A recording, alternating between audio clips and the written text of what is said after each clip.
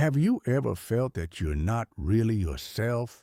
That there's a version of you that's lighter, freer, and more alive, but somehow remains trapped behind an invisible wall? Carl Jung, one of the most influential psychologists of the 20th century, would tell you that this wall wasn't built by the world around you.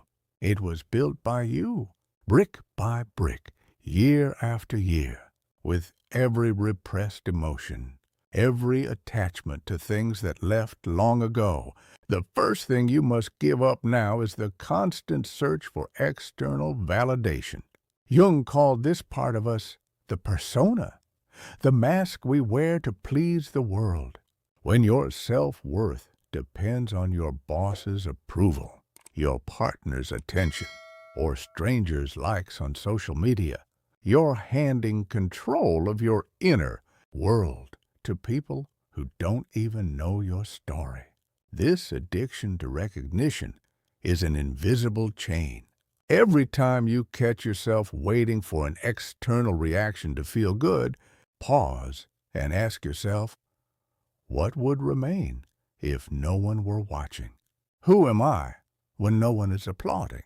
The second thing is the endless rumination on the past. Your mind is a master storyteller, but sometimes it tells the same painful story over and over, hoping somehow to change the ending. That old wound, that one mistake, that missed opportunity, when you mentally chew on them repeatedly, you're digging a deeper hole into your own energy. Jung taught us that what we don't make conscious continues to live in our unconscious and runs our life from within. By constantly reliving the past, you give it the power to occupy your present. But the past is a ghost. It exists only as long as you believe in it. The third thing you must release is the desperation to save people who don't want to be saved. How many relationships do you maintain, not out of love, but out of duty, guilt, or fear of being the bad one? Every interaction is an energy exchange. If, after certain conversations, you always feel drained, empty, or frustrated, this isn't imagination. This is psychology at work. Jung would say you're projecting your own capacity for healing onto others and forgetting to heal yourself. Letting go isn't betrayal, it's self-respect. You're not responsible for everyone's happiness, only your own. The fourth thing is clinging to a rigid identity. I'm just like this. I can't do that. I would never do such a thing. These phrases feel like protection, but in reality, they're prisons. Every fixed belief about yourself is a limit you place on your own growth. Jung called this the shadow, the parts of us we hide or deny.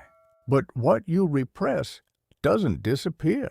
It only waits to erupt someday. If you truly want to live at a higher frequency, you must be willing to reinvent yourself again and again, even when it's uncomfortable.